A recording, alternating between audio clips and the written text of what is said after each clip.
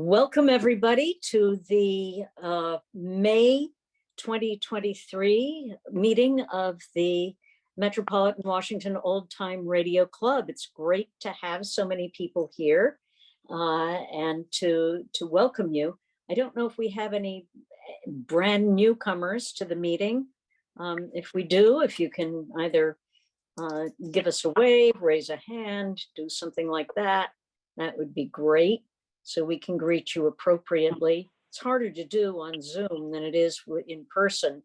I was at a gathering, not a radio, but another place last week where it was in a town of 600 people. And my husband and I were there, and at the reception, it was like, well, you're not from around here, are you? Tell us. So very aware of this, but if you are new and I have overlooked you, please forgive me, and I still extend a warm welcome to one and all. Announcements, I'm not sure if we have Virginia on the line yet, but Virginia Ainsley had her birthday yesterday. So since we seem to have started celebrating birthdays, which is a much happier event, that would be that's wonderful. The only other kind of housekeeping thing I would like to bring up at the top of the meeting is that our editor of Radio Recall is stepping down in October, and in fairness, he's given us a year's notice to replace him. So I think that's a firm target, and we do need replacement candidates. The club, of course, if there was software that needed to be purchased to facilitate that, facilitate or make it possible for someone to take over that, possibly also maybe co-editors. We could have 2 or 3 co-editors, so it doesn't fall on one person's shoulder. Maybe somebody knows more about layout and another person has connections to the community to get to gather material and information. Please give it some careful thought. I would hate to see Radio Recall just fall by the wayside. I think it's a publication that we're all very proud of. And you can email me, you can email Frank Moore, you can email anyone in the club. I'm sure it'll get back to me, or president@MWOTRC.com. So without further ado, let's get to the fun part of the evening. And Frank Morgan will kick us off with the first 15, which is entitled Men of Vision. So take it away, Frank. You've got the keys to the kingdom. Okay.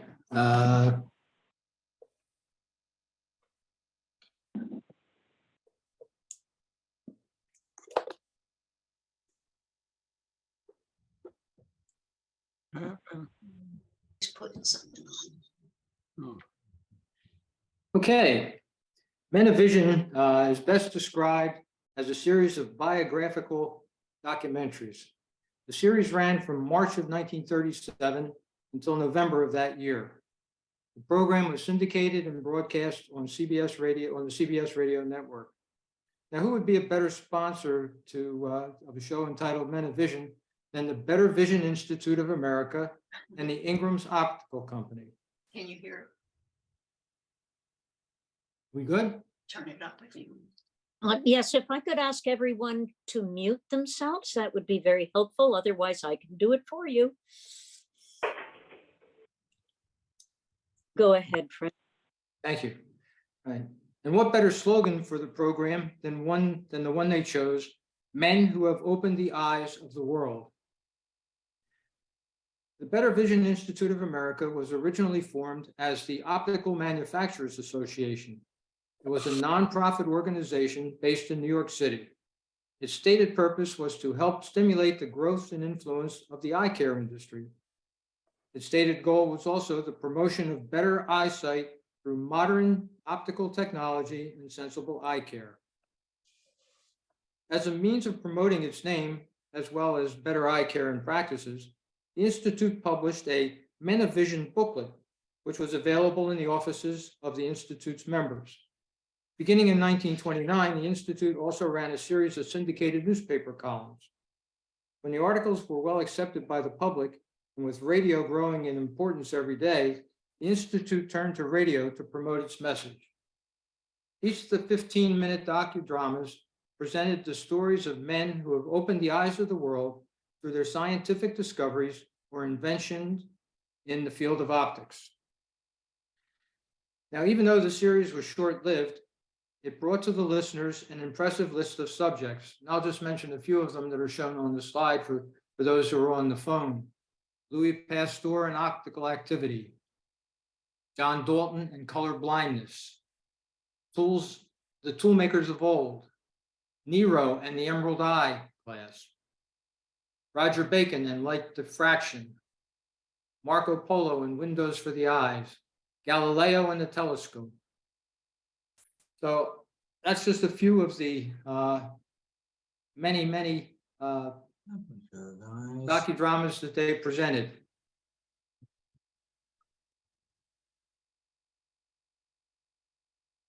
Now, during World War II, the Better Vision Institute created Vision for Victory. These were also 15-minute programs shown in theaters along with the newsreels and cartoons.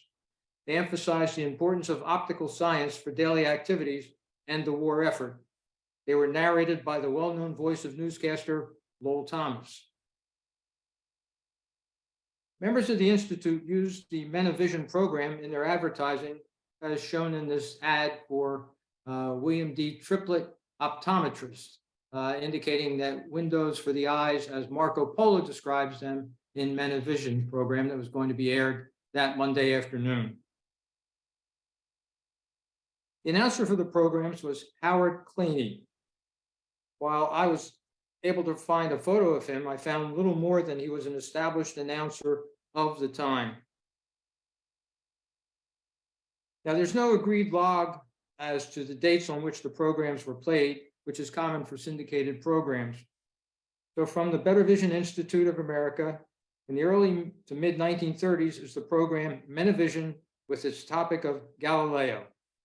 So here we go. Men of Vision.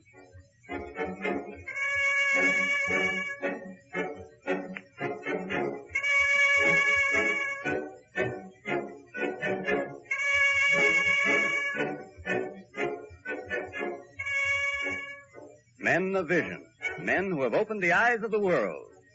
Marco Polo, Sir Isaac Newton, Leeuwenhoek, Gutenberg, Franklin, Edison, Roosevelt. Each week at this time, we bring you dramatic highlights from the lives of men who, directly or indirectly, have helped us to see, men who advertently or inadvertently have brought to the world better vision. Today we turn to 17th century Rome. Here in one of the dim, austere, high-paneled council chambers is seated a court of 10 self-satisfied, complacent men. The color of their scarlet robes sears itself against the dark walls, just as their fiery tongues sear every non-conforming thought, just as the fiery torture tools of the Inquisition sear the flesh of him who dares to raise a new idea and mark himself thereby a heretic. Before them stands a lone man, old and weary, a forerunner of the modern men of science, a man who carries on his research as we do today through observation and experiment. By this method he has found out too much and has talked about it. Listen, as accusations pour in on him from all directions. Galileo Galilei, you are fully aware of the reasons for your summons to this court. You have questioned the sacred precepts of knowledge which have been handed down to us from the ancients. Yes, and you've spread sacrilege, which endangers the standing and authority of the church. You've even had the presumption to set your own conclusions above those of the Bible. Galileo, 15 years ago you were warned to cease these heretical teachings of yours. You got off then, but not this time. Galileo, you've been meddling in affairs that anyone with any common sense would keep away from.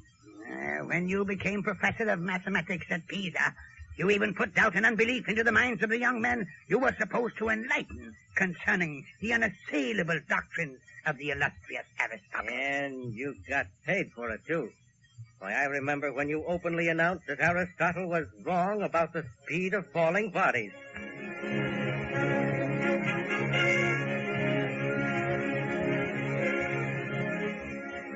What's happening? Why all the crowd? What are the university professors here for? Why did they go toward the Tower of Pisa? Is anything wrong with the tower? No, woman. Seems that there's to be an experiment of some sort. The Master Galileo. The one with all the professors and students behind it? Yes. What is it carrying? Quiet. Master Galileo is talking. Gentlemen, 2,000 years ago, Aristotle said that the speed of a falling body depends on its weight, that a 10-pound weight falls 10 times as fast as a 1-pound weight. As you know, I do not accept this theory. I believe that the weight of the body makes no difference. All bodies fall at the same rate of speed and reach the ground at the same time. Who are you to question Aristotle? Today, gentlemen, I am going to prove my theory to you. I have here a 10-pound shot and a 1-pound shot. I shall take them up to the upper gallery of the Leaning Tower and cast them off. You shall judge whether or not they reach the ground at the same time. Why is the Master Galileo gone up into the tower? Have you no ears, woman? He's going to drop some falling bodies. Whose bodies? Be quiet. Nobody's bodies. The 2 shots he carried. One 10 pounds, the other 1 pound. There he is. He's holding them over the side of the tower directly before him. He lets them go exactly at the same time. And they hit at exactly the same time. Impossible. Maybe he pushed the lighter one. Don't be a fool.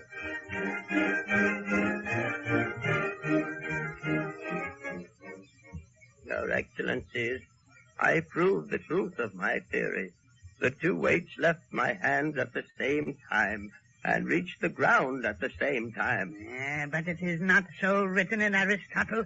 Therefore, it cannot be. It is not so. Galileo, is there anything you have done which has not aroused strife and bitter words? Always you've sought to upset the lines of thought which our learned men pursue. Thought? Thought? What does it mean to think? Why ask? Well, Your Excellency, my telescope was well received. The noblemen of Venice.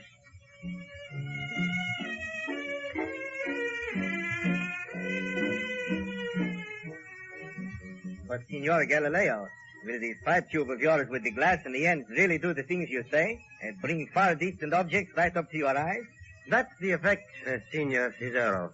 Why not come up into one of the towers overlooking the harbor and try it? The one over on that corner gives a fair and distant view. With pleasure. But, I say, there is the Signor Beldi. He will be interested too, and the lovely lady with him will be interesting. I invite them, by all means, if you wish. Signor Beldi, here, join us, won't you? Good day, Signor Cesaro. Good day. Signor Galileo, the Signor Beldi, in the service of His Honor the Doge. It is an honor. And may I present... it is an honor for me, Signor Galileo. I have been hearing of this magic pipe of yours. May I present the Contessa? Delighted. Thank you. You are the gentleman who sees so much, are you not? Well, This pipe of yours, Signor Galileo, something we might look into, Beldi? I hear that this pipe makes objects 50 miles away appear as though they were only 5. What do you call it? a telescope. The Greek for far view, you know. Oh, very fitting, yes, very fitting. I was right about this, Signor, no? No, Countess. We're going to try it out from the tower here on the corner. It overlooks the harbor at its best point. It will be of suitable height, will it not, Signor Galileo? Yes, excellent. But first, Signor and Signora. It is Signorita. Your pardon. Very well. We'll go up. Here are the steps. They lead to the first balcony. You first, Countess. Oh, please. Look, steps. You, Galileo, you ought to turn that mind of yours to thinking of something to save. Walking up steps like this. Oh, but one needs exercise, Signor Cesaro. Well, I am not as young as I used to be. Really? Here we are. There's a real view. Venice, bride of the sea, smiles before you. Poet, too, huh? You are too generous, Countess. Would you look now out into the harbor and see whether your unaided eye can discern any ships approaching? Well, perhaps I can see a few specks. You can, eh? I guess my eyes are getting old. I see very little on the horizon. No. We will survey the harbor with the telescope. The lady first. You look through it thus. You demonstrate very nicely. This way? Exactly. What do you see? Yes, what about it? Oh, really, gentlemen, you are too impatient. Look for yourself. You, Signor Cesaro? Oh, thank you. I see ships. And there has been no wine in my cup this morning. Really? Beldy, quick, you have a look. You're always a sober person. Is he indeed? Yes, wait. Why, I see ships too. I see them clearly. Ships that won't be coming into the harbor for 2 hours yet, and we see them now. Sir, this is amazing. How is it done? Yes, Signor. How is it done, huh? Simple.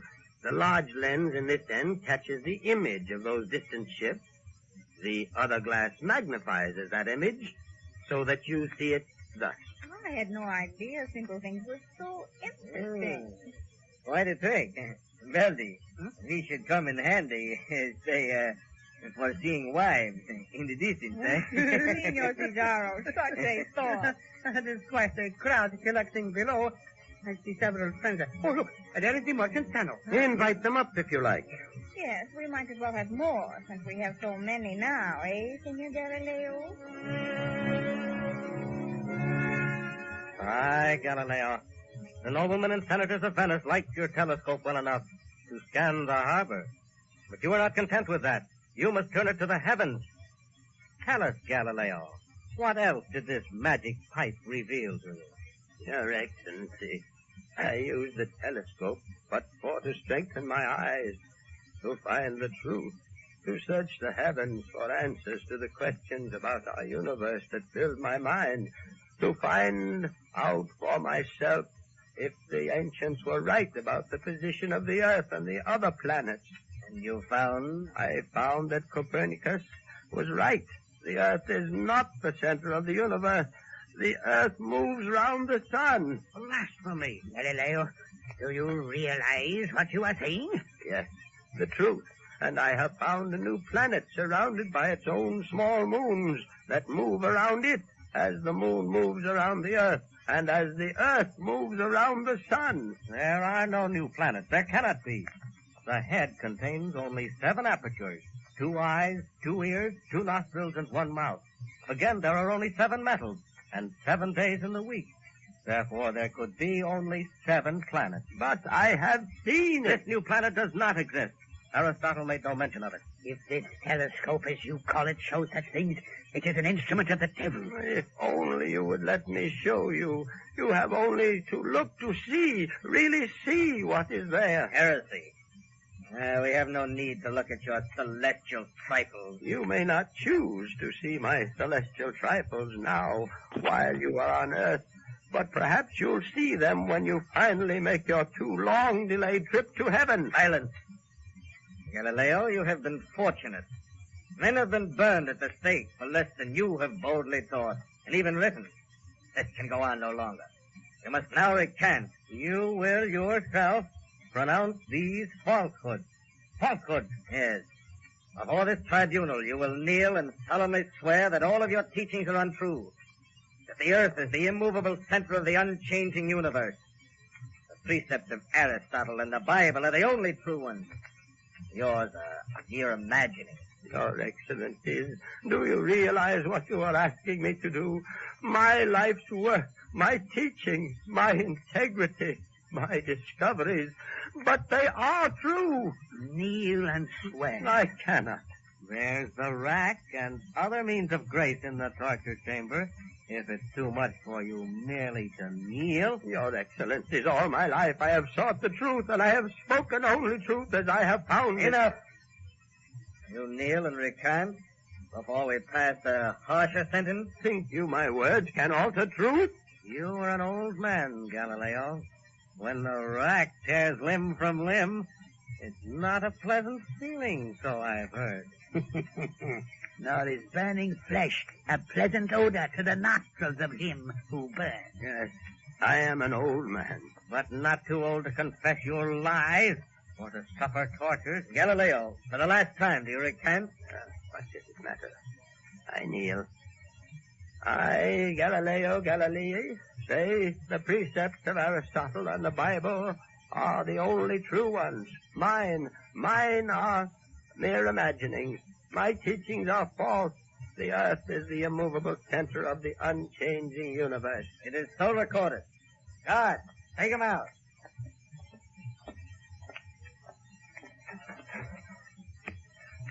Out with you, old man. Just the same, the earth doth move. Yes, thank goodness. The world does move. Fast on the heels of Galileo's day, man won the right to seek the truth and light, and following Galileo's method of observation and experiment, he has ever since been reaching out into more and more distant realms of the unknown, making more and more startling discoveries. Today, the average school child knows more than the wise men of old. And how is all this wonderful knowledge made available to benefit all mankind? 80% of it comes through your eyes. No wonder then that eyesight conservation is one of the most important programs of our schools and civic-minded organizations. Eyesight saving is a matter of vital concern to each of us, young or old. For starting at school age, our eyes steadily grow more and more in need of the best care that science has learned to give them. The best of light, favorable surroundings, regular examination, at least once a year, and when needed, the aid of properly fitted glasses which work a wonder equal to the telescope of Galileo, which made those ships sailing into the harbor of fair Venice seem 10 times as close and distinct. Yes, take care of the only pair of eyes you will ever have, so they can give you a lifetime of service. This is Howard Claney speaking. Be with us again next week at this same time over this same station for another dramatization in this interesting series of Men of Vision, men who have opened the eyes of the world.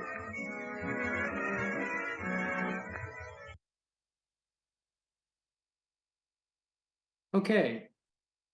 That concludes the Menavision. Unfortunately, there's only a handful of those episodes available, although those are available. And I thank John Abbott for cleaning up the one that we played tonight. I believe it came across pretty well. So thank you, John, and Menavision.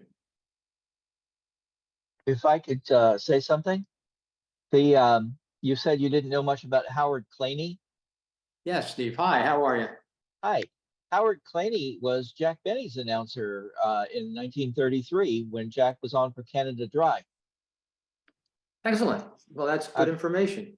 Yes, I have a couple of little pieces of cardboard that somebody apparently went walking through the NBC studios in April of 1933, and they got the autographs of everybody that was there in the studio that night. So you have Howard Claney, Jack Benny, Mary Livingston, James Melton, who was the singer on Jack's show at the time, announcer Tiny Ruffner, who was on a different show, and Tom Howard also was there. So I looked all these people up because I'd never heard of Howard Claney. So that's how I know who Howard Claney was. Excellent. For those who don't know, Steve is our guest tonight, and I'll give him a formal introduction in a little bit. But it's nice to have you with us, Steve, and thanks for that information. Yes, that really is. Does anyone have any questions for Frank? I thought it was fascinating. You always find wonderful recordings for our first 15, Frank. Yeah, Frank, I just wanted to let you know that as I was listening to that, there is a minor little inaccuracy in the presentation. One of the inquisitors said or accused Galileo of discovering Jupiter. Well, the Greeks and the Romans knew about it for centuries. So he did not discover it. And many years ago, I took an astronomy class, and the guy who was teaching the class had a telescope that was built with the same quality of lenses and things of Galileo's telescope. You'd be lucky if you could see the wall 5 feet away. You know? Well, he must have taken good care of his eyesight so that the telescope would aid his ability to see into the heavens and the harbor, etc. Well, this is Phil. Another comment. Hey, Phil. He did discover the four biggest moons of Jupiter, and they are today called the Galilean satellites. Great. Wow. Well, for 15 cents, can you name all 4 of them? Negative. Io, Europa, Ganymede, and Callisto, I believe. Io. Io. Io. It's all. This is Derek. Can you hear Derek? Yes. Yes, we can, Derek. Well, I'm legally blind, and I worked in the production of Talking Books for American Foundation for the Blind for 20 years. And I used to do a lot of research at the New York Public Library for the Performing Arts Billy Rose collection. And I remember looking through the card catalog, and American Foundation for the Blind had a radio show. And I was curious, and every time I filled out a slip for it, it came back empty. Nobody could find it. I just think it probably got engulfed and devoured by a neighboring folder. And does anybody know about what AFB did, or did they just play talking book records, or what?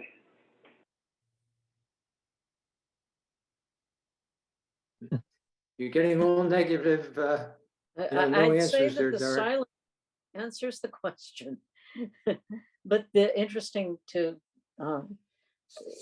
areas to delve into on a rainy afternoon. So I think our own Sally Stevens is here. She's lurking behind this icon, but I'm sure she's ready to jump in and take us to the next step, the next event of the evening, which of course is our ever popular quiz.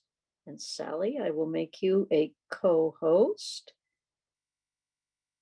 And now you can launch the poll and do all of that fun stuff. Very good. All right.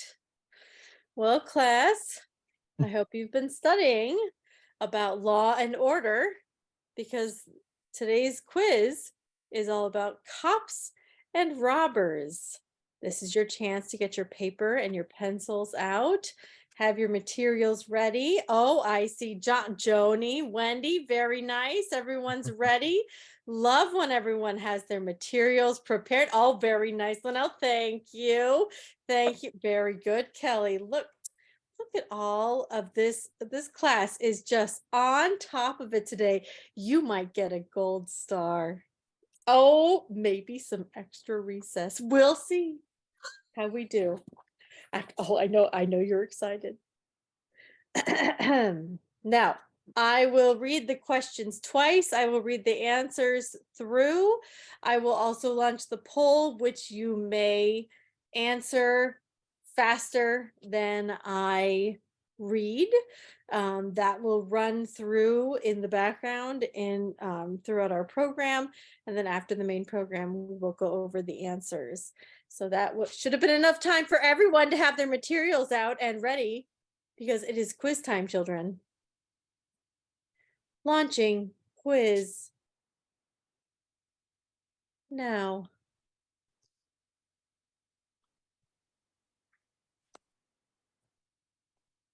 All right. Number 1. This Kentucky baritone played the bad guy numerous times on Night Beat, Yours Truly, Johnny Dollar, Suspense, and others before landing his longtime role in law enforcement. Who is he? A. Jack Webb. B. Bill Johnstone. C. William Conrad. D. Martin Blaine. This Kentucky baritone played the bad guy numerous times on Night Beat, Yours Truly, Johnny Dollar, Suspense, and others before landing his longtime role in law enforcement. Who was he? Number 2. Boston Blackie was constantly hounded by a police inspector who blamed Blackie for every crime every week. Who was he? A. Inspector Afunde. B. Inspector Faraday. C. Inspector So-So Day. D. Inspector A Bad Day.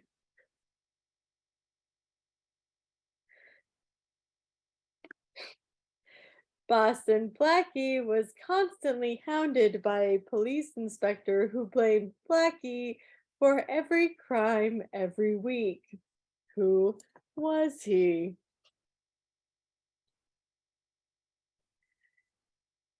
Number 3. On radio, he was primarily known for his comedic teenager roles on multiple shows.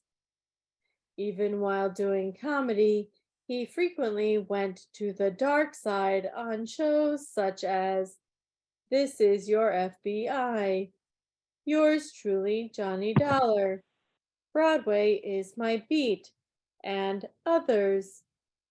Who is this actor? A.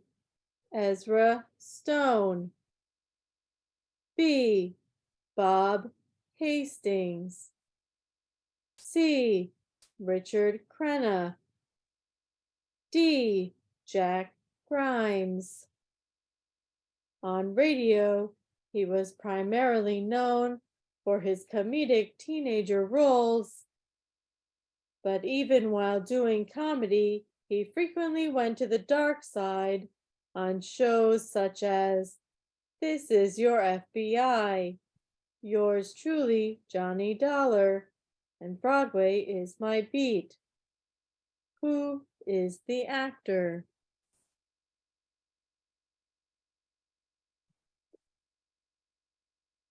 Number 4. Former police officer, now private detective. Rewind. Former police officer, now private detective, Richard Diamond was often called to help his old boss on the police force. Who was the first actor to play Lieutenant Walt Levinson? A. Alan Reed. B. Ted DeCorsia. C. Arthur Q. Bryan. D. Ed Begley. Who was the first actor to play Lieutenant Walt Levinson on Richard Diamond?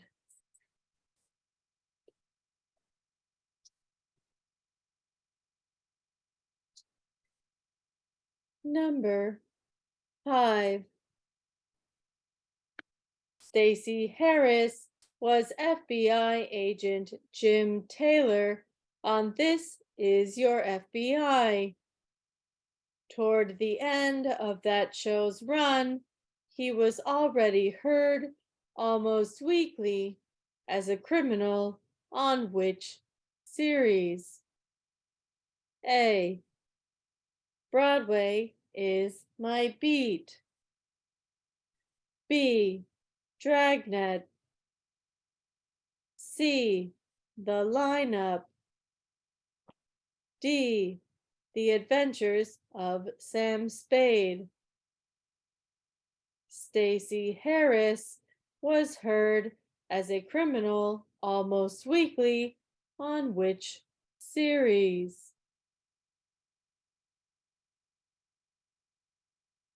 Number 6.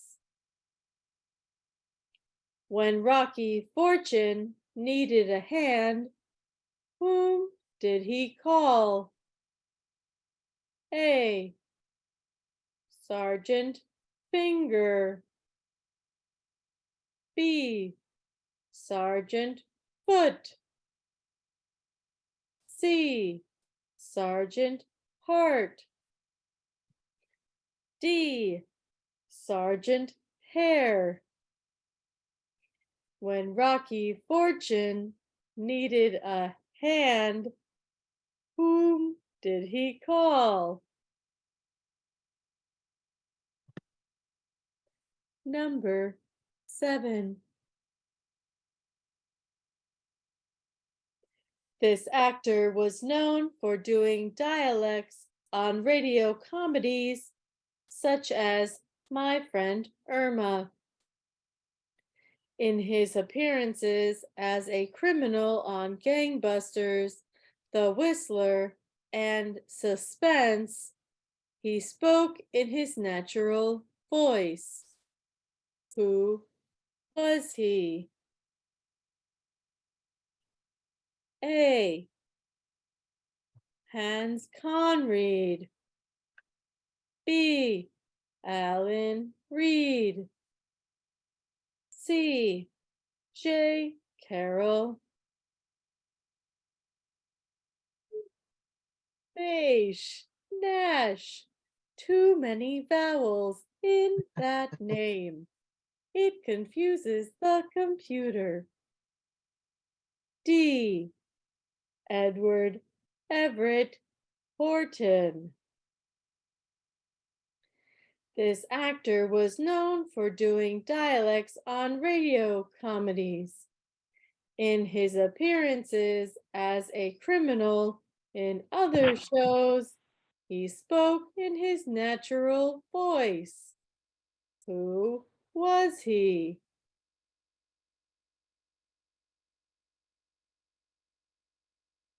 Number 8. On this program, Barton Drake provided help to police officer Noah Danton rather than vice versa. What was that program? A, True Detective Mysteries. B, Mole Mystery Theater. C, Mystery is my hobby. D, I love a mystery. On this program, Barton Drake provided help to police officer Noah Danton. Which program?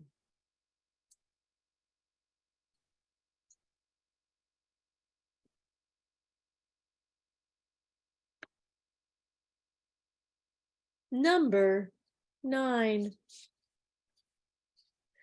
Jack Benny had the occasion to play a man with larceny in his heart in episodes such as Murder in G Flat and A Good and Faithful Servant on which radio series? A, Lux Radio Theater. B, Suspense. C, Columbia Workshop. D, The Whistler. Jack Benny played a man with larceny in his heart on which radio series?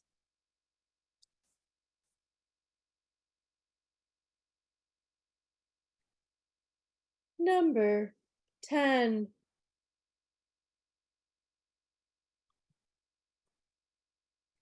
Texas Ranger Jace Pearson often had to ride his horse to go after the bad guys. What was his horse's name? A, Charcoal.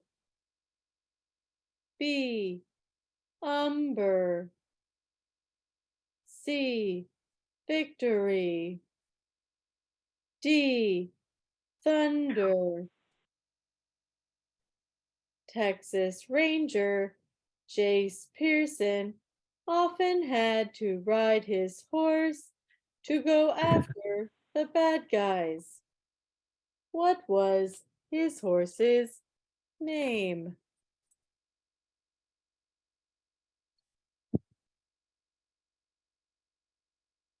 All right. That's all your 10 questions. I will leave the poll up and running in the background, as I said, so that if you are still deciding on your answers, you can change it. And following our main program, we will go over it. I don't know what the answers are. I get to play too. So we'll find out. Great. Thank you, Miss Computer or teacher.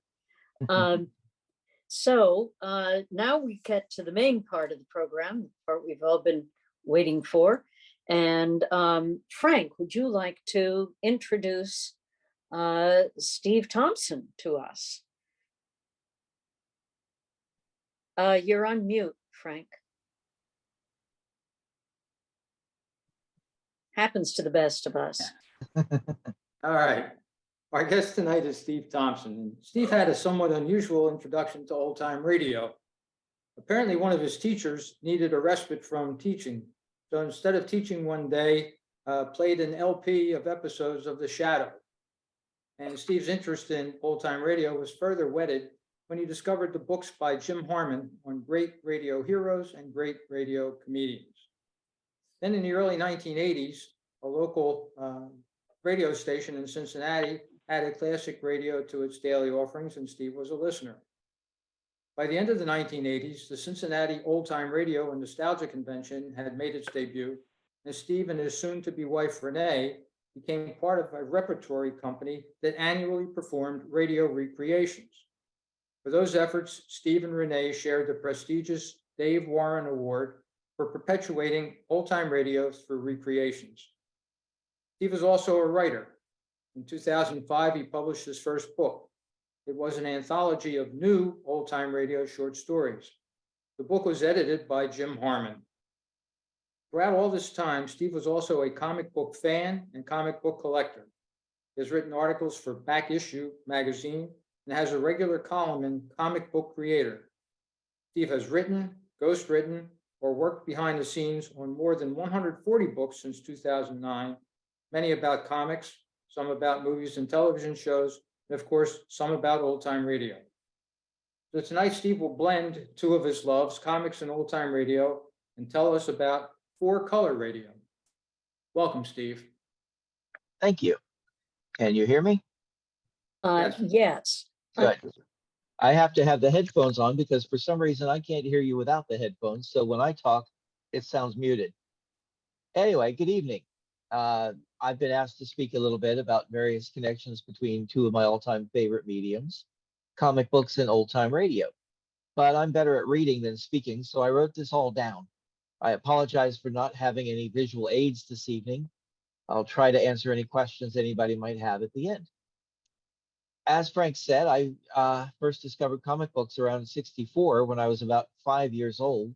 My dad brought home a copy of Casper the Friendly Ghost, but I discovered what we call old-time radio about 8 years later when a substitute teacher brought in an LP with 2 Adventures of the Shadow for our class to listen to so she wouldn't have to actually teach. Over time, I found out that radio and comic books sort of grew up together. They both came to prominence in the 1930s. They reached a peak in the 1940s and gradually changed and fell from grace throughout the 1950s. The difference, of course, is that after 1962, what we think of as dramatic radio was consigned to nostalgia, whereas comic books made a major comeback with the 1966 Batman TV series, which ultimately led to their current domination of pop culture here in the 21st century. But back in the day, there was never any shortage of back and forth between comics and radio. The earliest radio series adapted with new material to comics was probably Gangbusters, which appeared on the air in 1936 and popped up in Dell Publishing's Popular Comics later that year. Popular Comics was a mix of reprinted newspaper strips and new material. In crudely drawn stories of 4 to 8 pages, the Gangbusters crime anthology feature would continue for a dozen years, after which national periodical publications, known even then as DC Comics, took over the title rights. Apparently wanting to use up some inventory stories, a handful of leftover crime stories with no overall title continued on in Popular Comics for a few issues, mixed in between Felix the Cat stories. Meanwhile, DC Comics brought out Gangbusters in its own title in 1947.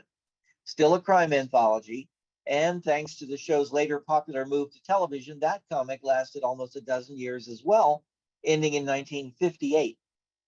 George W. Trendle's Lone Ranger and Green Hornet both had long runs in comic books after shaky beginnings. The Ranger had a number of false starts from various publishers before beginning a long and successful run from Dell and later Gold Key Comics. Tonto and even the Great Horse Silver had their own titles as well, and the property is still revived in comics from time to time by new publishers. The Green Hornet, who, as we all know, was the Lone Ranger's grandnephew on air, had a brief run from a small comics publisher called Holyoke beginning in 1940, but then settled in at Harvey Comics, a company later known for Casper the Friendly Ghost, where the Green Hornet appeared in his own title as well as several superhero anthology titles until 1949. When the TV version came along in 1967, there were 3 issues specifically based on that version. Beginning in the late 80s, the property has been revived in comic books numerous times from various publishers, all set in different time periods. Although a lot of comics fans miss the similarity in names, the Blue Beetle from Fox Publishing began as an early imitator of the Green Hornet. In his first story, he even wore a trench coat, a mask, and a hat. Shortly, though, he switched to a blue superhero suit and was alternately given various inconsistent powers and origins. He was also published by multiple companies, including Charlton Comics in the 1960s, where he was redesigned by Spider-Man creator Steve Ditko, and ultimately he was published by DC. In fact, DC's current redesign of the character is about to be released in his own big screen film. But on radio in the early 1940s, the Blue Beetle was played by tough-voiced Frank Lovejoy, best remembered as the star of the later Night Beat. On the Blue Beetle, he was Cop Dan Garrett, aka the Blue Beetle. Without the insect connection, the Black Hood was a very similar character, a cop who donned a yellow costume with a black hood to fight crime. He appeared for many years in MWOTRC comics, as well as briefly in his own pulp magazine. The Black Hood radio series wasn't particularly successful, but the character has been rebooted numerous times in the comics beginning in the early 60s. Speaking of Archie, of course, The Adventures of Archie Andrews was a favorite on radio, and the comics consistently ran ads promoting the radio series. Bob Hastings, of course, was the longest lasting of several Archies, and Hal Stone played his sidekick Jughead. Betty and Veronica in that period were Rosemary Rice and Gloria Mann, and the former 3 there all became popular guests at Nostalgicons beginning in the 1980s. Other early comic books and strip characters who transitioned to radio include Buck Rogers, Blondie, Dick Tracy, Red Ryder, Little Orphan Annie, Popeye, and, of course, Superman. Surprisingly, there was never a Batman radio series, in spite of at least 2 audition episodes. Batman and Robin did appear regularly, though, on Adventures of Superman for a while. The most interesting thing about the Popeye radio series was that it was sponsored by the cereal Wheatina, rather than, logically, a spinach company. Thus, the One-Eyed Sailor's already iconic theme song from the cartoons was changed from "I'm strong to the finish 'cause I eats my spinach" to "Wheatina's me diet, I asks you to try it. I'm Popeye the Sailor Man. Toot toot." Little Orphan Annie is remembered more for its famous theme song and its premiums than anything in the actual episodes. Blondie starred Arthur Lake and Kenny Singleton, so could be said to be based more on the long-running series of movies with them rather than the actual comic strip. The Dick Tracy radio series itself wasn't so hot, but the character later factored into what may well be the funniest thing ever made for radio. Although he was mainly a newspaper comics cop, Tracy had been appearing via reprints in comic books since the very earliest comic books rolled off the presses. The Tracy strip was so popular during the war years that the Armed Forces Radio Services series Command Performance chose it as the basis of what they called the first comic strip operetta, Dick Tracy in B-flat. Dick Tracy in B-flat, widely available to collectors since the 70s, was recorded live in Los Angeles in 1945 as a musical parody of all the characters and tropes so well known from Chester Gould's comic strip. And the cast, Bing Crosby as Tracy, Bob Hope as Flat Top, and Dinah Shore as our hero's fiance, Tess Trueheart. The rest of the cast was made up of Frank Sinatra, Judy Garland, Jimmy Durante, the Andrews Sisters, Jerry Colonna, Cass Daly, Harry Von Zell, and Frank Morgan. It's reported that Chester Gould himself was amazed when he heard the show, which was originally broadcast, though, exclusively to our troops overseas. Both radio and comic books catered a lot to our men in uniform back then, with children's characters like the adventurous pilot Captain Midnight channeling all his energy to the war effort for the duration. The radio Captain Midnight was quite similar to the version seen from Dell Comics in both the funnies and popular comics in the early 1940s, but the newspaper Captain Midnight was like an alternate world version. By the time the Captain arrived at Fawcett Comics for his own title in late 1942, you'd never have recognized him. He was all decked out in a red skin-tight superhero suit with an aviator's goggles over a hood and built-in glider wings attached to his arms and legs. Still, he ran 67 issues that way, complete with his loyal radio sidekick and mechanic Ichabod Mudd, occasionally dressing up as Sergeant Twilight. Don Winslow of the Navy also got his own comic book from Fawcett during the war, but it was, at least at first, much more faithful to both the original newspaper strip and the subsequent radio serial.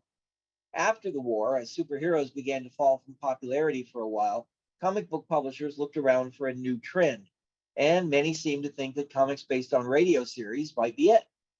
Dell Comics had a title technically called Four Color Comics that ran for more than 1,000 issues between 1939 and 1962. It was named after the four colors mixed to create all the colors in comic books of the day: magenta, cyan, yellow, and black. It was essentially a long series of one-shots, sometimes many of which were published in a single month, and mostly consisting of licensed properties from newspaper comics, movies, radio, or later television. Among the radio series turning up in issues of Four Color Comics were Tales of the Texas Rangers, The Life of Riley, Sergeant Preston of the Yukon, Charlie McCarthy, and Mr. District Attorney. While Sergeant Preston also got a healthy run from Dell in his own title, Mr. District Attorney joined the Gangbusters at DC, along with Big Town, The Adventures of Ozzie and Harriet, A Date with Judy, The Adventures of Bob Hope, and Dean Martin and Jerry Lewis.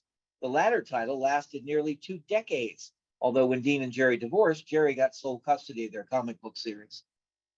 The company that would later become Marvel Comics also dipped its corporate fingers into radio-based titles with Suspense, Casey Crime Photographer, and My Friend Irma. The first 2 issues of Suspense adapted actual scripts from the show, but then after that, any pretense that a connection was pretty much abandoned. My Friend Irma was credited to Stan Lee and future Archie Comics legend Dan DiCarlo. Lee and DiCarlo later took over the pre-existing newspaper strip of Irma as well. But the real new trend in 1950s comics turned out to be horror comics, and EC Comics led the way with Bill Gaines and Al Feldstein churning out so many creepy stories per month for Tales from the Crypt, The Haunt of Fear, and The Vault of Horror that they later admitted to cribbing the horror host idea from radio, and some of the plots specifically from radio horror shows, including The Witch's Tale, which ran from 1931 to 1938. When Bill Gaines' father was still running EC Comics, the company had published a direct comic book radio adaptation too, this one of a late 1940s children's show entitled Land of the Lost, no relation to the later Saturday morning series.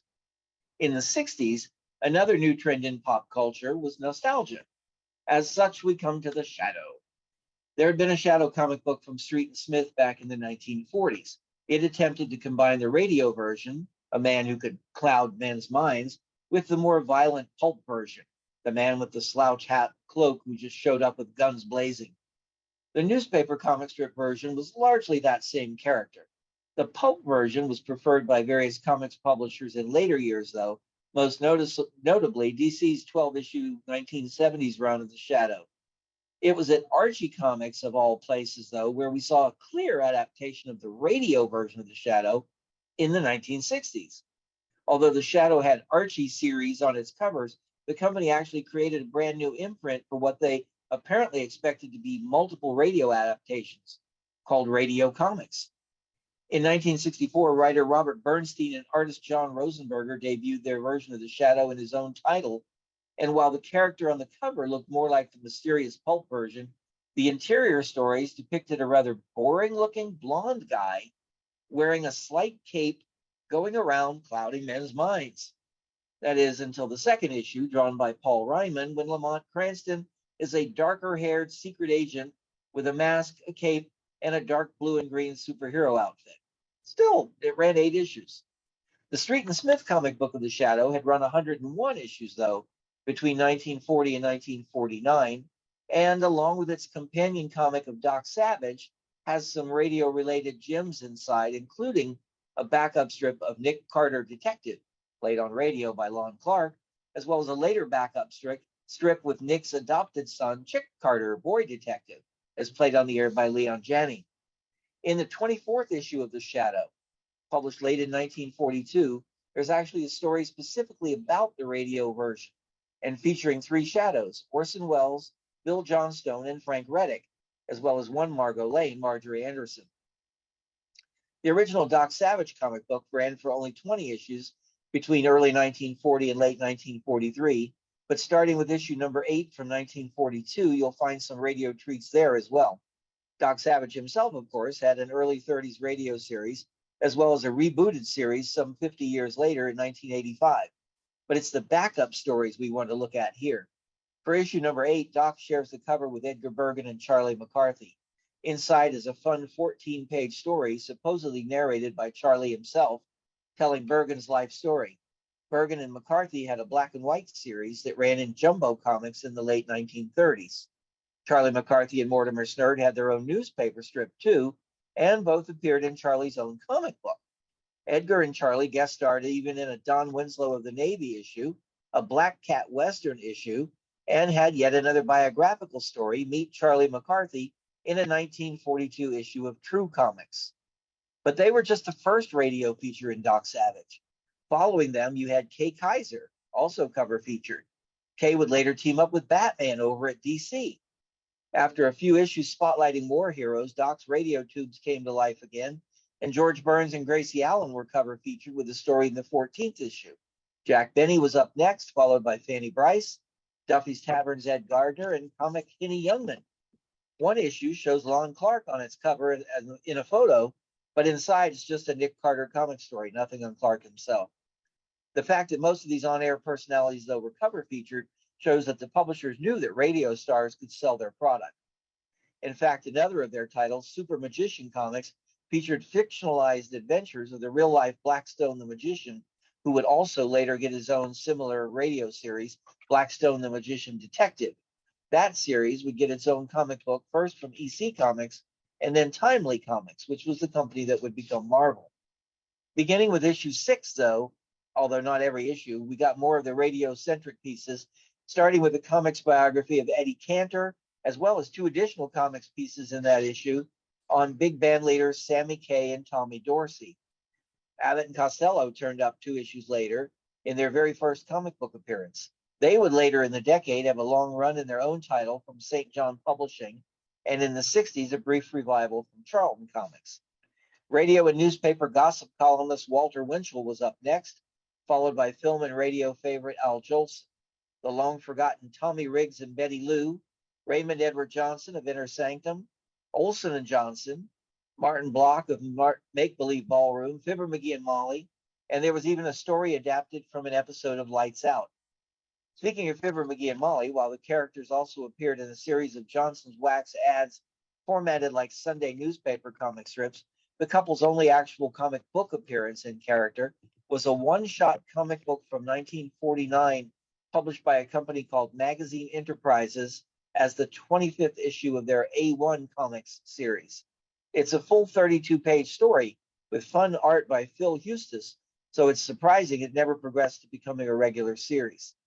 The Great Gildersleeve was a spin-off of Fibber McGee and Molly. The character starred in movies, on TV, sold cheese, and made children's records. But Gildy's only appearance in comics seems to have been an 8-page biography of star Hal Perry in Super Snipe Comics, which was yet another Street and Smith publication. The most popular radio comedian was, of course, Jack Benny. Jack didn't get a lot of appearances in comics, but there was that Doc Savage biography and another one in True Comics, both in the early 40s. About 25 years later, with Jack established as a big TV star, he had guest starred with Batman in the Caped Crusaders' then new newspaper comic strip. In an effort at copying the Batman TV show's guest star of the week format, Benny ends up helping the dynamic duo on a case for several weeks. As mentioned earlier, bandleader Kay Kaiser once also helped Batman and Robin on a case. It happened in Detective Comics number 144 in 1949.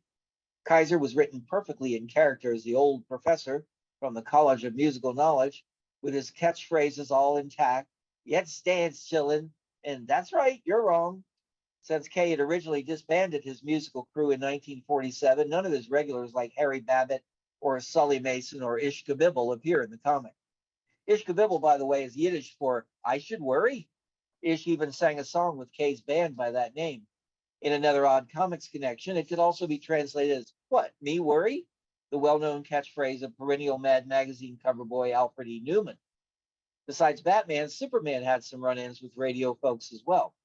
Orson Welles' now legendary War of the Worlds broadcast was parodied in several comic books in the 1940s, including a story called Radio Riot in issue 24 of Timely's teen comic Genie from early in 1949. At the end of that same year, however, Superman met the real Orson Welles. Well, his four-color version anyway. In fact, as drawn by Wayne Boring, it didn't really look all that much like Orson.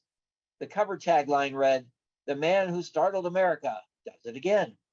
The story, entitled Black Magic on Mars, in order to tie in with Wells' then new movie Black Magic, has Orson attempting to warn the world after he stumbles on an impending real invasion from Mars. Only this time nobody believes him. No one, that is, except Superman. Ralph Edwards, host of radio's Truth or Consequences and later This Is Your Life, turned up in several comic books, including Real Fact Comics and Patches. But he also met Superman in 1948's Action Comics number 127, in which the Man of Steel has to think fast to outwit his host while guest starring on his radio program in order to avoid revealing his true identity. I mentioned Patches. Patches was a well-drawn 1946-47 teen comic in the Archie vein about a girl called Patches. Patches runs into a lot of celebrities in her comic, and while most tend to be movie stars like Danny Kaye, Red Skelton, or Hopalong Cassidy, although they were all represented on radio too, one issue actually cover features radio's Jackie Kelk, who played, among other roles, Homer Brown's sidekick to Henry Aldrich, and another spotlights Senator Claghorn from Allen's Alley. Homer Brown actually appears as a character, of course, in Henry Aldrich comics, which ran 22 issues from Dell as late as 1950 to 54. Teenagers were big in comic books in the wake of Archie's success. Very similar to Patches comics was Taffy comics.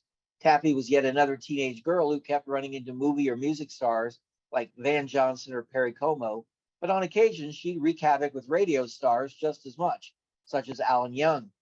Another actual radio series adapted to comics around that same time was yet another teenage girl, Meet Corliss Archer, from Fox Publishing, which is prized for its early art by Al Feldstein, who later became the editor of Mad.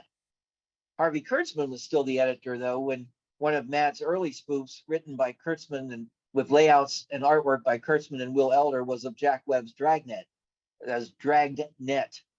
Having only heard the radio series over the air at that point, the artists had no idea what Jack Webb looked like and drew Sergeant Friday as a tall, lanky cop wearing a trench coat and a hat. After the show premiered on TV, Mad revisited Dragnet with an all-new parody, once again by Elder, but this time with a dead-on caricature of Jack Webb. During those early years, Mad also spoofed radio characters like the Shadow and the Lone Ranger. Mad's publisher, EC Comics, was at the heart of the controversies over comic books in the 1950s with the comics horror titles. Various other publishers had tried to counteract the violent crime and horror comics with comic book versions of what we now call reality shows. These include Real Life Comics, True Comics, and Real Fact Comics. Most of these types of comics consisted of 3 to 6 page biographical pieces of historical or military men and women, along with the occasional movie star. But in rare instances, some radio folks got covered there as well, including pieces on Fred Allen and Bing Crosby in real life, bandleader Glenn Miller and sometime radio performer James Stewart, and radio newsman and commentator Lowell Thomas showed up in DC Comics' Real Fact Comics. And Charlie McCarthy and Jack Benny, as we noted earlier, were among those profiled in True Comics. Most of the time, the stories in these comics were spurious at best, with the legends printed more often than any actual facts. One indisputable real true fact is that television was largely responsible for the fall of radio as it once was. If comics and radio managed to live side by side, the story was quite different with television. In 1947, NBC Radio actually distributed its own comic book called On the Air. It was designed to be both educational and promotional in an effort to keep the general public interested in radio as that upstart TV began to look like a very real competitor. Before long, even the quiz show format that had helped keep radio alive was dominating TV almost as much as cowboys and puppets. In comic books, it seemed like everyone in comics from Ziggy the Pig to Robin the Boy Wonder had gotten involved in a radio quiz show in one of their stories at one time or another. There were dozens of one-off short comic stories where a character won or lost big on a radio quiz show. Just another example of the close connection between radio and comic books. And there are plenty more where all those have come from. I certainly don't claim to even know all the radio comics connections. There are thousands of now public domain comic books available online, and I have no doubt there are many more radio-related stories in them waiting still to be discovered. For more information, you can use the search function at the Grand Comics database found at comics.org. A lot of the comics I mentioned can be found online at the Digital Comics Museum or on the Internet Archive. Finally, a lot of the specific stories I mentioned have been posted over the years on my own comics blog at fourcolorshadows.blogspot.com. Thanks for giving me the opportunity to expound on two of my favorite subjects. That was truly wonderful, Steve. Thank you so much for that. It's just a wealth of information. I'm thankful that we're recording this meeting because I think many people will want to go back and really listen more carefully and be able to take notes. But that was really wonderful. Thank you. My takeaway is that the comic books and radio made strange bedfellows. Yes. There were some interesting team ups there, or crossroads. But does anyone have any questions? Charles, go, please, you're on mute. Thank you. Steve, I have a question and a comment. Okay. Going back into the 30s, there were any number of newspapers that went to radio, several of them like Gasoline Alley, Joe Palooka, Little Orphan Annie, The Gumps, and Life with Father. Mm-hmm. I'm sure you've heard of those. What I'd like to know, have you ever run into a program, a newspaper that originally was a comic strip and turned out to be a radio program, even though it was short-lived? And if you can see this, Myra the Bar. Have you ever run across that? Harry Hirschfeld. I think I've seen the strip before, never heard of it as a radio show. Yeah, it was started in 1932 by, as I say, Harry Hirschfeld, who was on several radio flows. If you want to learn about it, you can go on internet to Spurback. It is posted. It is the elusive Myra the Bar. And it was started as a radio program. And I mean, as a... You're on mute again, Charles. We lost you. It was started by... Okay, well, I never touched it. I don't know how it happened. No, it's been happening with other people. But it started out as a newspaper comic on a New York Graphic, and then 3-4 months later it went bankrupt, and CBS picked it up, and it was CBS radio because it was all over the country as a radio program that lasted a short time. We know of 12 programs. I just thought I'd throw that out, and I'm interested. Thank you, Charles. Yes, thank you. Ron, did I see your hand up? Yes, You Ron. you did indeed. Yay. Steve, I think it was a great presentation, and Thank you. I really, I had never thought about the correlation between comic books and radio before, but that's really pretty broad. It's a number of linkages there that I had not thought about. One, I think you may have mentioned, but I might have missed it. Was there one between Charlie McCarthy and comics? Several. Charlie McCarthy and Mortimer Snerd had their own newspaper comic strip. There were a number of biographies of Charlie McCarthy in the various True comics. There was a biography of Edgar Bergen supposedly written by Charlie McCarthy in one of them, but they misspelled Charlie in that one, so I don't know how much stock I put in it. And then Charlie had his own comic book that ran for a while as well. Well, I'll tell you, thank you, Steve, for a dynamite presentation. Sure appreciate it. Thank you. Thank you. I have a question, but I'll be darned if I can't find myself on the screen. Can you You're hear there. me? Yeah. Okay. Steve, I had a question. You mentioned that with the Charlie McCarthy, did Edgar Bergen write the comics for it? Because No. His okay. signature is on them, but he had nothing to do with any of them. The other thing that has always fascinated me was the Hearst newspapers. They ran that Sunday supplement that was more than almost 30 pages of comics. And today some of the newspapers are barely 30 pages. It just fascinates me that that supplement was such an important part of the Hearst publications. My wife, a few years ago, she's a genealogist, and she got the newspapers.com online to do her genealogy. And every once in a while, I go through it and just spend a whole day going through the old newspapers, reading the Sunday comics from the 20s, the 30s, the 40s. They're in black and white, but at the same time, you get them all at least. And most of them have never been collected anywhere. There are no book collections of 90% of them, I would say. Yeah, there are collections of Superman and Batman. I guess you've seen those. Oh, yeah. I've contributed to a couple of those. Okay. Yeah, Steve, John Abbott here. Hello. Talking about the Sunday comics, I was quote unquote cleaning up my collection of files a couple months ago, and I came across a series that I had that I didn't know I had called the Comics Weekly Man, where a gentleman by the name of Lon Clark, who we probably know better as Nick Carter, Master Detective, would actually read the Sunday comics on radio. So I thought that was kind of interesting that, the comics and radio, they just all sorts of relationships. I sat next to him at a convention once as he was being interviewed, and I remember him talking about doing that. And I didn't say anything because he was literally being interviewed by somebody else. But I remember I meant to ask him for more information on that.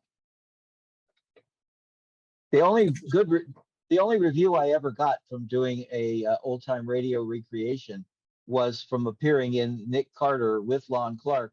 I did the voice of a dog, and a national magazine reviewing the recreation said, "A spirited performance by Steve Thompson as the dog." The only review I've ever gotten for my acting. As long as they didn't spell dog wrong, you were in good shape. Exactly. I was a Cairn Terrier. Oh, that's a special kind of dog. It needs a special dog voice, for sure. Yeah, I had to research it, and I only had like 24 hours to do that. We first showed up, and they were casting, and we showed up late, and I'd missed being cast in anything else. The director came up and said, "Can you bark like a dog?" And my wife said to him, "Yes, he can, but I'm not telling you when." I like it.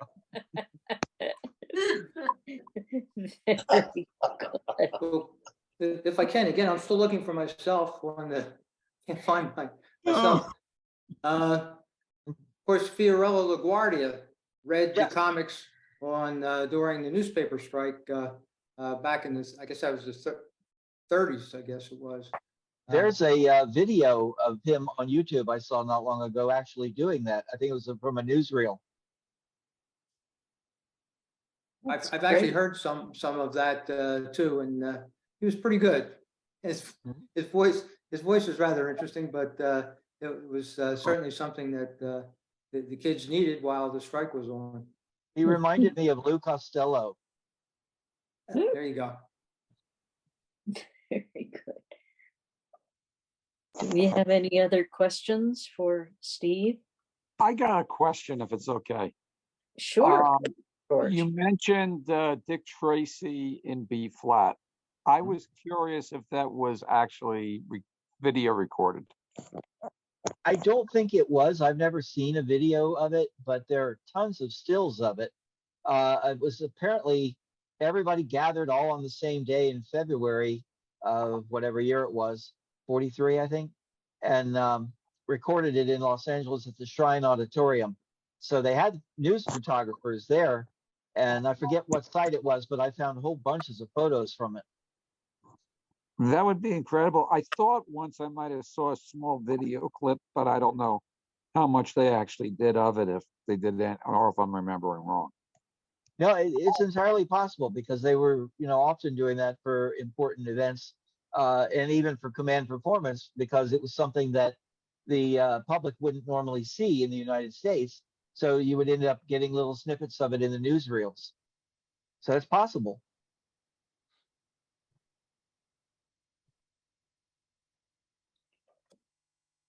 Do we have any other questions, curiosities for Steve?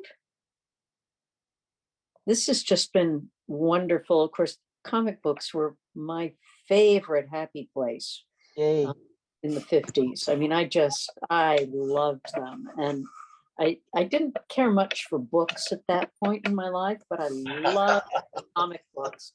And my grandmother, my uncles who were both in university at the time were like, she never reads books. This is terrible. This is awful. And my grandmother's going, she's reading. That's all that matters. Eventually, I graduated, to actual books. But I always had but I'd get really kind of annoyed with my friends who would come over to play, and all they would do is sit on my bed and read my comic books. I had stacks of them, and they're like, oh, this is great. And they're reading, and it's like, but you came over to play with me. Why are you reading my comic books? Yep. That's the old story. Right. Even you didn't mention Tarzan, but Tarzan is in fact Tarzan is still out there being produced in these graphic novels and everything. It started, well, it didn't. I don't know whether it predated the radio show in, what was that, 32 or something like that. I think they were around the same time, but Tarzan had premiered in the pulps, I think, as early as 1912. Right. So I wasn't really thinking of that as a comics character, although you're right. It certainly has had a very strong presence in comics right up to the present day, and obviously was on radio as well. Yeah, quite a long run on radio, and revised in the 50s also. Yep. Yeah. You mentioned so many things, I may have missed them, but obviously there's Jungle Jim and Flash Gordon and Buck Rogers. You may have mentioned them. If you did, I apologize. But I was more concentrating on the comic books than the comic strips. I think I did mention Buck Rogers. I did not mention the other two.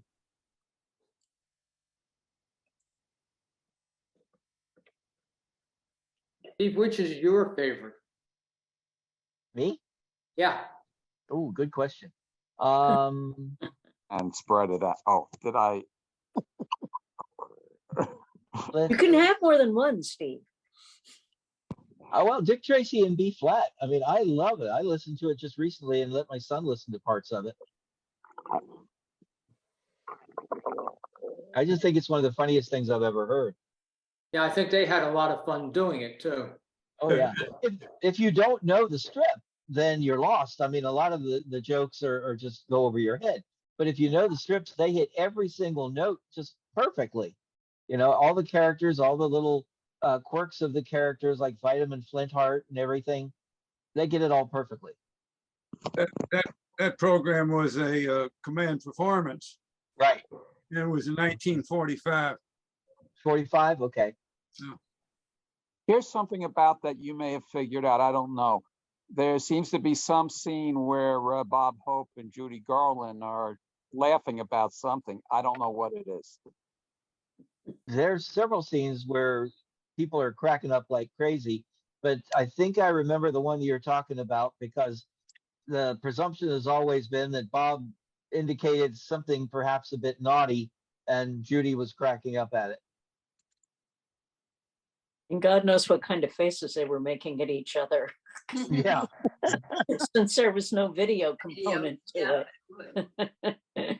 Not officially, anyway. But as far as the comic books, I think I really like the Kay Kaiser and Batman team up because it's just so, why? Why did Batman team up with Kay Kaiser of all people? I mean, Kay wasn't even particularly funny. It was, you know, his band guys that were funny. Kay gets kidnapped in the story and he continues to do his radio show and Batman's never misses it, of course, and listens for the clues. And he says, and now this next number is going out to my old friend, Mr. Morse. And he finally, Batman figures out it's Morse code and is able to track Kay down. And then Kay helps him catch the kidnapper. This was just like a year or two before Kay retired completely. And if you aren't aware of it, unlike a lot of people who retire and then come back every once in a while, once he retired, he never, ever came back to show business. He did one interview with Mike Douglas in the 1970s on Mike Douglas's talk show because Mike Douglas had been his last boy singer with his band back in 1949-50. But that's the only time he ever did that. He would travel the country lecturing for Christian Science, but never performed again and never appeared on television again except for that one time, which was the first time I ever saw him. So he's been a favorite of mine for years, and I think that's why the Batman team up with Kay Kaiser is my favorite of the comic book team ups. You kept talking about Kay Kaiser. You just made me think about my fears. Supporting actors and actresses don't get the notification as they should sometimes, but they're very important to the presentations. Mm-hmm.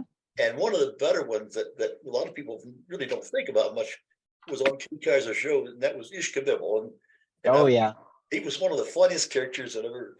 I think about Ishkabibble, and of course the Mad Russian was on Bob Hope, and things like that. But gosh, they are so important, and we lose track of them sometimes. Ishkabibble actually wrote his autobiography in the 80s, and I've never been able to track down a copy of it. Oh, I didn't know that. Thank you. Do you remember the title? No, I remember his name though. Merwin Bogue was his real name. Merwin Bogue. Yeah, I did that. Yeah.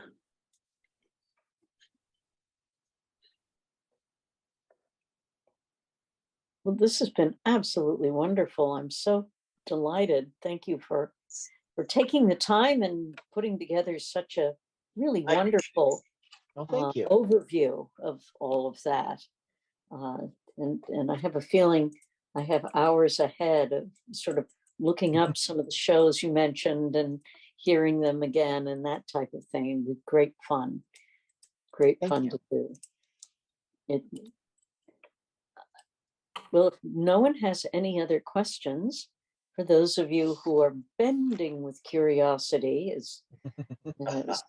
to know how the quiz turned out and how we all fared. Well, I'm going to have to cut out real quick here because all during my presentation, my cat decided he was going to fight with my other cat, and now he's decided he wants out. So I managed to avoid him, but now he's over there fighting with him again until I let him out. So I appreciate everything, guys. Thanks so much, and enjoy the rest of your evening. Thank you, Thank Steve. you. Who says Yeah. our pets Steven. don't control us? Thank you very, very much. Thank you. Bye-bye. Bye-bye. Good luck with the cats. The cat weighs 26 pounds. So it was hard to Yikes. keep him away here. Oh, he sounds like a brute. All right, so Ms. Stevens, would you like to let us know how well or poorly we did on the poll? We'll see if you get extra recess or not. I don't know. We'll have to see how the class does.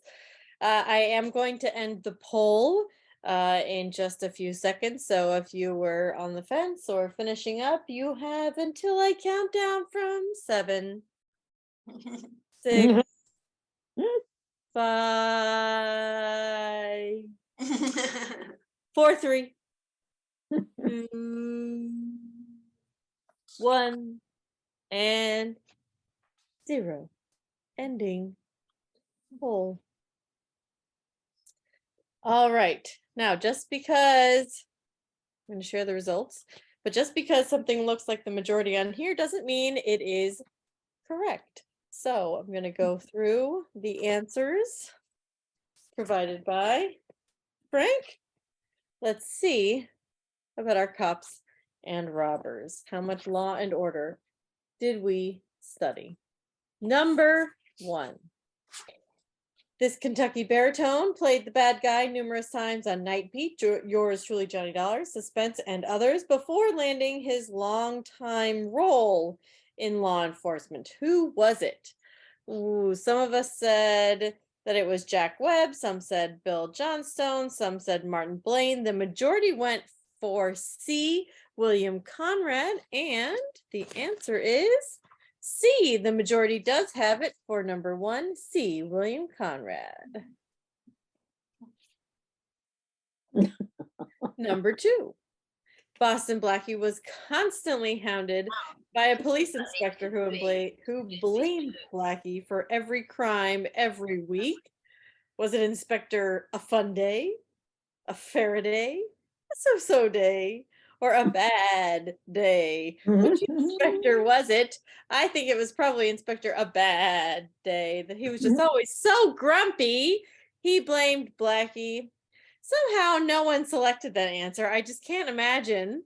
But everyone who selected on here got it correct. B, Inspector Faraday. Though it would have been funnier if they named him Inspector Faraday.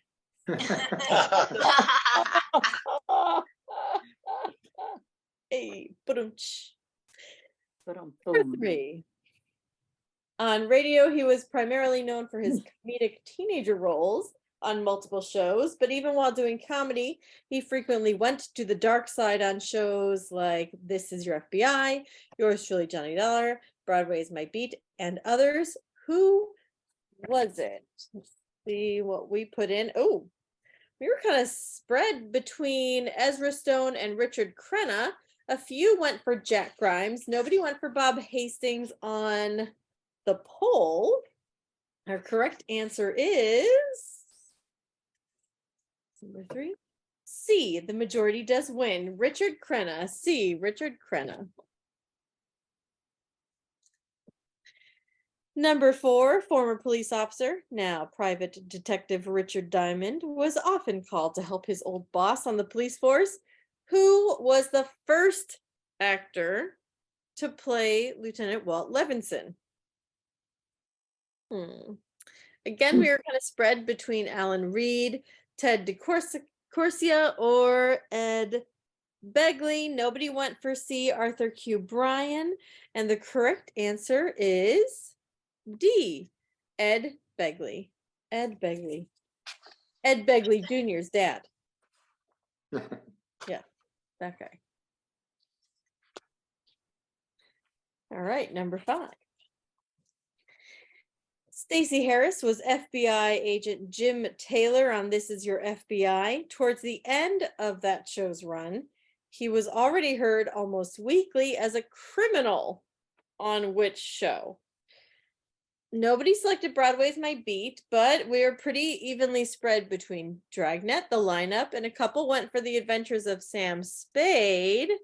So he was a bad guy most often on, kind of got some people on this one, B, Dragnet. Stacey Harris was often a bad guy on Dragnet. Number 6. When Rocky Fortune needed a hand, who did he call for? Sergeant Fingerfoot, Heart, or Hair? I was really hoping for Sergeant Elbow. I think he'd be much more useful, but maybe he was busy that day. And so 3 of you are going to win it. Oh, you tricked a lot of people on this one, Frank. Well done, sir. A, Sergeant Finger. Sergeant Finger. I hope it was an appropriate. Maybe the pinky. Number 7. We did D. This actor was known for doing dialects on radio comedies such as My Friend Irma. In his appearances as a criminal on Gangbusters, The Whistler, and Suspense, he spoke in his natural voice. Who was it? No one went for D, Edward Everett Horton, but there was a tie between Alan Reed and J. Carroll Nash.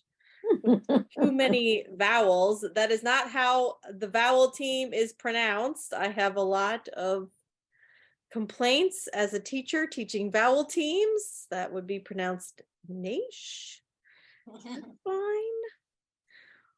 But the majority went for A, Hans Conried, which is the correct answer. A, Hans Conried was our often criminal. A name like that. Bad seed. Number 8. On this program, Barton Drake provided help to police officer Noah Danton rather than vice versa. Which program was it? Every answer got a vote here. A few went for True Detective Mystery, some went for Malay Mystery Theater or I Love a Mystery. The majority went for Mystery is My Hobby. And C is correct. Mystery is my hobby. I wasn't Sounds sure. like a bumper sticker I should have. Mystery is my hobby. Number 9. Jack Benny had the occasion to play a man with larceny in his heart in episodes such as Murder in G Flat and A Good and Faithful Servant on which radio series? A couple of people said Lux Radio Theater. Majority went for Suspense, and that's one of my favorite programs. I knew that one right away, and it definitely threw me off the first time I heard it. I was like, Jack, what are you doing? Yes, it is Suspense. B, Suspense.